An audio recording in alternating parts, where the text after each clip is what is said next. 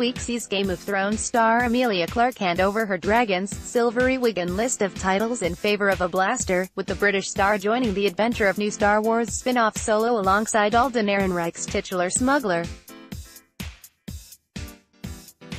Moving from one massive genre hit to another is always a tricky move, of course, but Clarke had a distinct advantage when moving between the worlds of Westeros and a galaxy far, far away, because she wasn't the first to do it. Enter Gwendoline Christie, who cut her acting teeth playing fan-favorite warrior Brienne of Tarth in Game of Thrones before joining the cast of Star Wars: The Force Awakens and The Last Jedi as the chrome-plated baddie Captain Phasma, and who was more than happy to give some tips to the Mother of Dragons. "I absolutely did ask her," Clarke told RadioTimes.com in a video interview below.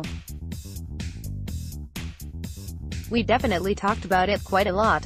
Solo, a Star Wars story reviews roundup. Alden Ehrenreich impresses as young Han Harrison Ford gate-crashed. Alden Ehrenreich's Star Wars interview. RadioTimes.com newsletter. Get the latest TV and entertainment news direct to your inbox. So did Christie give her some tips on handling outer space weaponry, the best driving school for interplanetary travel, or even just which on-set cantina was the best place to pick up a snack between takes?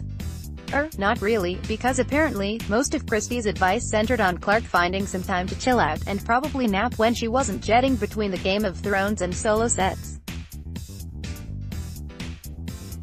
"I think she was just like, make sure you get some rest," Clarke recalled. Because they're both really big projects. Still, once she did get involved in filming Solo, Clarke says she didn't look back, and even her experiences filming Game of Thrones couldn't prepare her for the scale of a Star Wars production. "The first day was pretty awesome," she told RadioTimes.com. "In a real awesome, awe-inspiring kind of way. It was filmed in the 007 stage in Pinewood, which is one of the biggest stages in Europe.